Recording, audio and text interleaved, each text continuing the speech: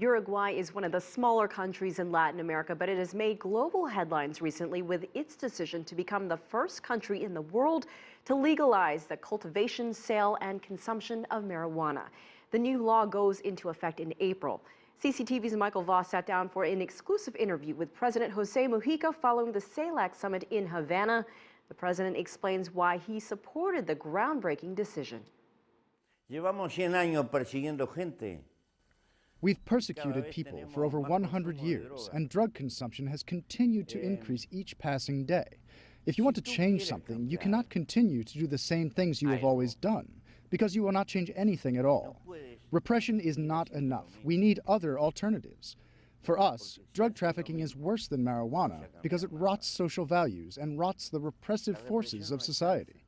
We want to take over this market from the drug traffickers. So we prefer to know who are consuming drugs in order to provide them with medical treatment. If we let this underground world go on, we will only be favoring it. What we ask is for the chance to experiment with something different. One of your proposed reforms for the coming year is to tighten control on the sales of alcohol. You're going in the opposite direction here. Nosotros queremos controlar algunos aspectos del alcohol. Yes, we want to control some aspects related to alcohol because its consumption is revealing an increasing trend, and this creates problems and car accidents. A car driver who has drunk a lot becomes a problem, and we also want to contribute to lower the prevalence of alcohol-related diseases. We are not talking of a prohibition or a dry law, but a system of regulations.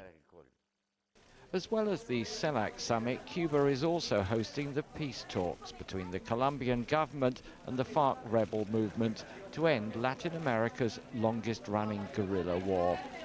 President Mujica was himself a guerrilla fighter and leader of the Tupamaros movement in Uruguay back in the 1960s and 70s.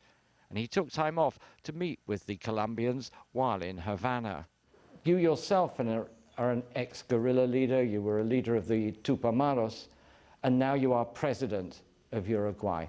Do you think that there is something you can offer FARC in terms of advice or hope that one day they can move from the armed struggle and enter the political system?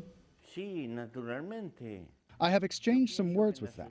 Obviously, the problems facing Colombia are first to be solved by the Colombians.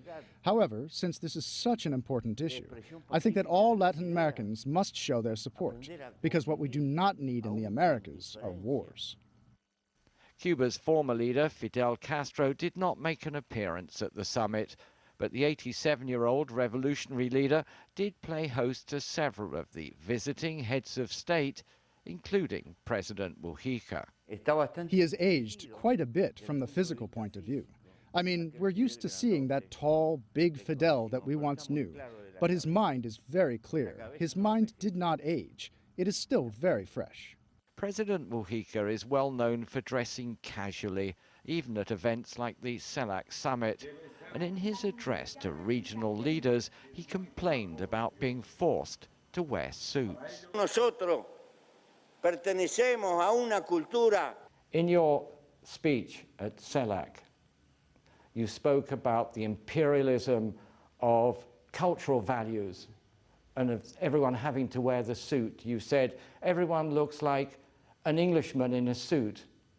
What have you got against Englishmen in a suit? No tengo nada. No tengo nada.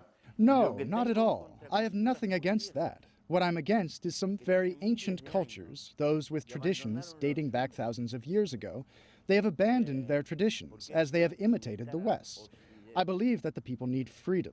We need to see the coexistence of flowers of different colors. I do not like a homogeneous world where everything is the same, everyone is the same. I like seeing black people wearing their traditional clothes as well as the Arabs. I like a world with different colors, a different world.